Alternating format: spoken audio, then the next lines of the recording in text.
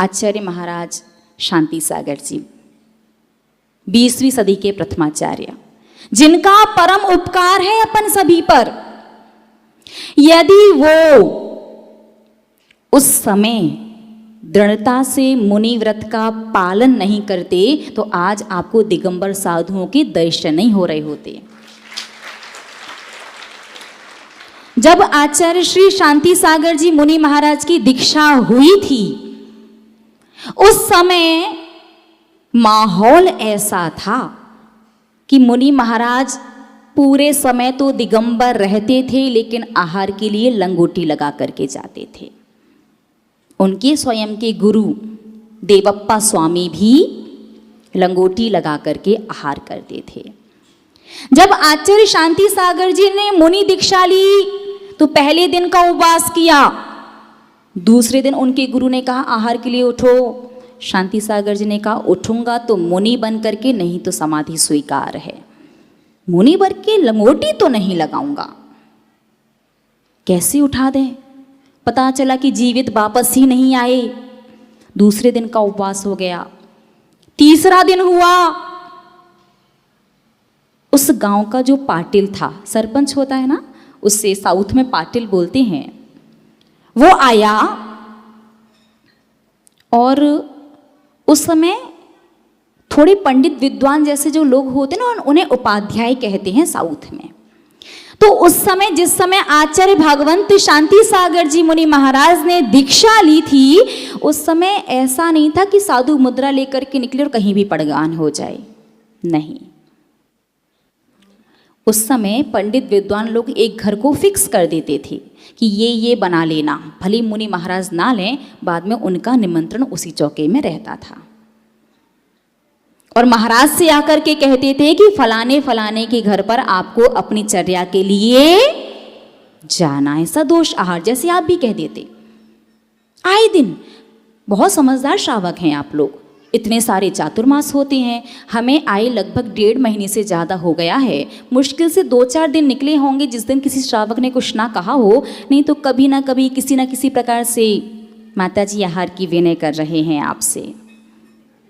बहुत दिन हो गए आपके चरण नहीं पड़े हमारे घर पर। आपने ऐसा कह दिया, यदि आप नहीं कहते तो शायद कल पड़गाहन हो भी जाता। अगर आपने ऐसा कह दिया और जिन साधु से कहा है उनका दूसरे दिन पड़गाहन नहीं हो सकता। माता जी, हम आप ही के लिए चौका लगा रहे,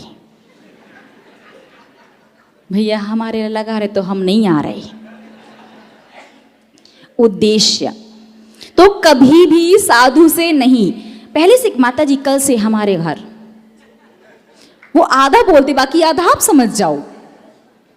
तो आप तो शुद्धि का जल भेजिए, शुद्ध वस्त्र पहन के नवदा भक्ति कीजिए। आप जब पड़गाहन करने आएंगे साधु को पता चल जाएगा आपका चौका है। बताने से साधु नहीं आएगा क्योंकि दोष बनेगा। अब होता ऐसा है, देखो सबकी हिम्मत नहीं होती बड़ी माता जी से बोले, थोड़ा बड़ा साधु है। 3 नंबर माता जी से भी कम बोल पाते हैं क्योंकि पता चला हिसाब किताब वहीं बराबर हो गया, उधार नहीं। तो पूरे संघ में बाकी माता जी बड़ी बुजुर्ग हैं, तो भाई छोटी माता श्रुत नंदिनी माता जी, उनके पास हर रोज एक ना एक बात ऐसी आती, फिर वो शाम को बताती माता जी आज इस चौके वाली आके ऐसा कह के गए। तो श्रावक को साधु से नहीं बोलना चाहिए कि आपके चरण पड़ जाएं, आपका पड़गाहन हो जाए, हम आपके लिए चौका लगा रहे। यदि ऐसा बोलेंगे तो निमंत्रण है। तीसरा उपवास हो रहा था, उपाध्याय ने कहा, मतलब उस श्रावक ने, उस पंडित विद्वान ने कहा शांति सागर जी महाराज आपको इस चौके में जाना है। महाराज ने कहा नहीं उठूंगा, मुद्रा लेकर के जाऊंगा, जहां शुद्ध आहार की व्यवस्था होगी, नवदा भक्ति होगी, वहां पड़गूंगा। 3 दिन के उपवास हो गए। फिर गांव का पाटिल पहुंचा और पहुंच करके बोला क्यों उपाध्याय, नए साधु को मारना है क्या? रोज उपवास हो रहे हैं तो एक ना एक दिन तो प्राण शरीर छोड़ ही देंगे, उनकी विधि क्यों नहीं बताते? तब उन पंडित विद्वान ने बताया कि मुनि की चर्या कैसी होती है। 2-3 घर में चौके तो लग गए, फिर भी डर था नग्न दिगंबर अवस्था में बाहर निकलेंगे तो सही सलामत वापस पहुंचेंगे या नहीं। 8-10 लोग आ गए, गोल घेरा बनाया, बीच में आचार्य शांति सागर जी को लिया और इस प्रकार से पड़गहन करवाया। अब 3 दिन के उपवास के बाद एक दिन तो उठ गए, दूसरे दिन फिर नहीं उठे शांति सागर जी महाराज। आचार्य शांति सागर जी महाराज का जीवन वृतांत पढ़ो, उनकी जीवनी पढ़ो, अच्छे अच्छों को वैराग्य हो जाए। जब वो 9 वर्ष के थे घर में, उस समय उनकी 6 वर्ष की कन्या से विवाह करवा दिया गया था और 18, 14, 15 वर्ष में पहले विदा होती थी। कन्या 6 वर्ष की, शांति सागर जी 9 वर्ष के थे। 6 माह बाद कन्या का निधन हो गया। परिवार वालों ने कहा दूसरी शादी कर लो, 96,000 कर सकते हैं। शांति सागर जी ने कहा यदि किस्मत में होती तो यही क्यों जाती, दूसरे नहीं करूँगा। तो वो अपने जैन धर्म के एकमात्र ऐसे आचार्य हैं जो विवाह होने के बाद भी बाल ब्रह्मचारी थे। शांति सागर जी महाराज एक दिन भोजन करने बैठे, भोजन में नमक कम था। साउथ में बड़ी बहन को अम्मा कहते हैं। उन्होंने कहा अम्मा नमक नहीं है। उनकी बड़ी बहन ने एक बात कही कि स्वामी जी बनोगे तो कैसे खाओगे। क्या कहा? स्वामी जी बनोगे तो कैसे खाओगे। वो दिन था कि उनका पूरा जीवन था, उनने आजीवन नमक का त्याग कर दिया। जब शांति सागर जी महाराज गर्भ में आए तब उनकी मां को दोहला हुआ था। 1000 पुष्पों से मैं भगवान की पूजन करूं। 1000 कमल के पुष्प, साउथ में चलता है पंचामृत अभिषेक, फल फूल सारी चीजें। आचार्य शांति सागर जी की मां ने, उस समय कहीं कमल नहीं थे लेकिन पुण्यात्मा जीव था ना गर्भ में, तो पुण्यात्मा जीव के पुण्य से पास में ही एक तालाब में पूरे 1000 कमल के पुष्प मिल गए थे। शांति सागर जी महाराज का जो व्यापार था गृहस्थ अवस्था वाला, जो उनके पिताजी करते थे, वो कपड़े का था। तो कपड़े की दुकान पर उनके पिताजी ने जबरदस्ती बिठा दिया। वो बैठ तो गई, ग्राहक आया, ग्राहक ने कहा कपड़ा चाहिए। तो शांति सागर जी महाराज का जीवन देखो, उन्हें कहा कौन सा चाहिए देख लो, अपने हाथ से नापो और अपने हाथ से पैसे डाल जाओ, जिसकी दुकान है वो आके देख लेगा। और उन्हें कभी घाटा नहीं लगा। आचार्य शांति सागर जी महाराज जब गृहस्थ में सम्मेत शिखर जी की यात्रा करने गए तो एक दादी अम्मा जी चल नहीं पा रही थी, तो आपको तो अपने चावल की थैली भारी लगती है, और शांति सागर जी महाराज उन अम्मा जी को कंधे पर उठा करके पूरी शिखर जी की वंदना करवाई थी। इतना गरिष्ठ बलशाली उनका शरीर। वो खेत में जाते तो खेत में क्या होता, पक्षी दाना चुगने आते हैं। आसपास के लोग पक्षियों को उड़ाते थे और शांति सागर जी खेत की तरफ पीठ करके बैठ जाते थे। आसपास के लोगों ने उनके पिता से शिकायत कर दी कि आपका बेटा पक्षी उड़ाना तो छोड़ो, पक्षी यदि खेत में चुंग रहे होते हैं तो पीठ करके बैठ जाता है। पिता ने पूछा तो उन्होंने क्या जवाब दिया कि यदि मेरे भाग्य का होगा तो वो चुंग नहीं सकते, और उनके भाग्य का होगा तो कोई बचा नहीं सकता। दाना चुंगना तो छोड़ो, कटोरे पानी रख देते थे, खाना खा के पानी पी के जाना। और जब फसल कटती थी तो पूरे गांव में सबसे ज्यादा अनाज उन्हीं के खेत में निकलता था। आप कहते हैं दान देंगे तो घट जाएगा, क्या घट जाएगा? कल ही तो दिया था, आज नहीं देना। अरे दान देने से कभी नहीं घटता। वर्षों पुरानी नहीं बात कर रहे हम आपसे, 100-125 साल पुरानी। आचार्य शांति सागर जी महाराज का जीवन कैसा था? आपने वो कुएं में वो जो रैट चलती है देखा है?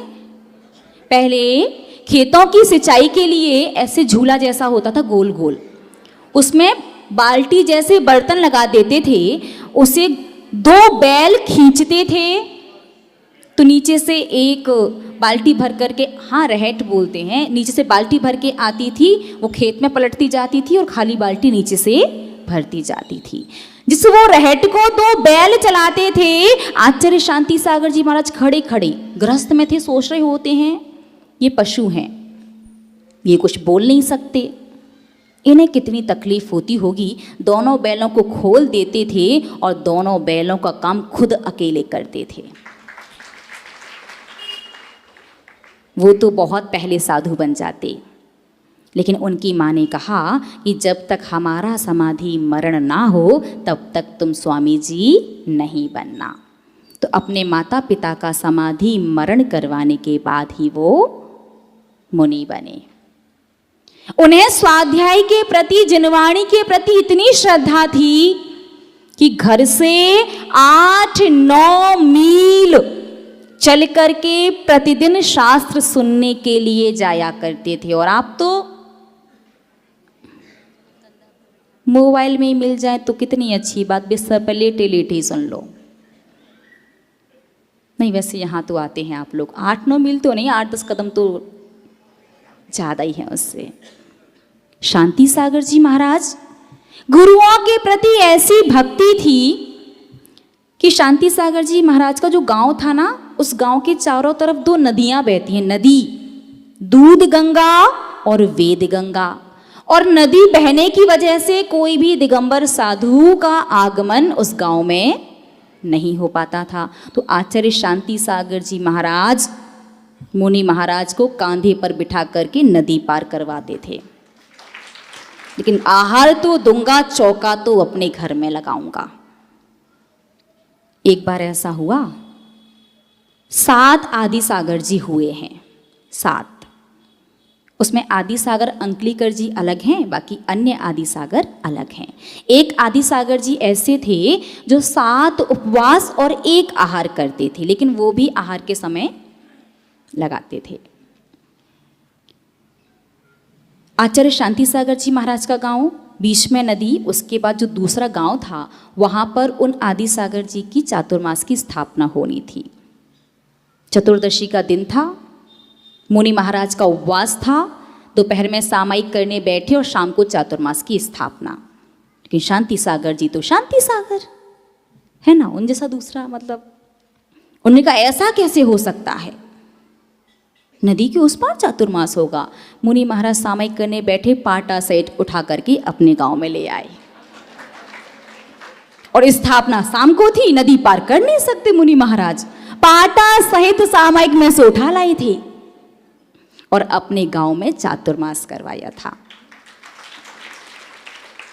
जब मुनि बने, एक दिन तो आहारचर्या कर ली, दूसरे दिन फिर नहीं उठे। फिर लोगों ने पूछा कि अब क्यों नहीं उठ रहे बाबा जी, अब तो निमंत्रण नहीं है ना।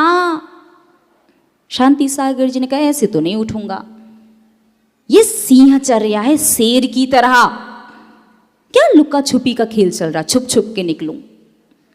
यदि आहार के लिए जाऊंगा तो निर्बाध जैसे सिंह जाता है, नहीं तो नहीं। ठीक है, डर तो सबके मन में था, क्या होगा। शांति सागर जी ने मुद्रा ली और निकले। उनके पुण्य का प्रभाव कहें या नियम की दृढ़ता, कोई उपसर्ग नहीं आया। उनके निरंतराय आहार हुए। अब उनकी मुनि दीक्षा हो गई है। एक बार वो आहार के लिए भी उठ चुके हैं। बड़ी माता जी को भी सुनना है, समय हो चुका है। आहार का विषय अभी समझना है कि नहीं समझना, पूरा समझना है, फिर सीधे विषय पर आ जाए, शांति सागर जी के साथ चलें।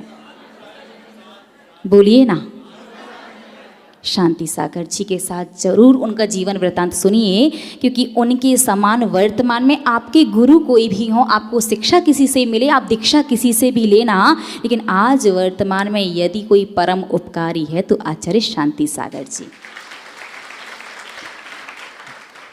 तो निश्चित रूप से उनकी जीवन गाथा चारित्र चक्रवर्ती और हमारे आदर्श जैसे ग्रंथों में लिखी है, लेकिन वो इतने मोटी मोटी पुस्तकें हैं। और आप लोग कहाँ के रहने वाले, हम लोग बिजी प्राणी, इतना समय कहाँ। संक्षिप्त में जब मिल सकता है तो आज समय पूर्ण हुआ। कल अपन आचार्य शांति सागर जी के आगे की पूरी जीवनी को समझते हुए आहार की निर्दोष विधि को समझेंगे, ताकि जितना भी आहार दान आप लोग देते हैं उसका पूरा फल और पूरा पुण्य आपको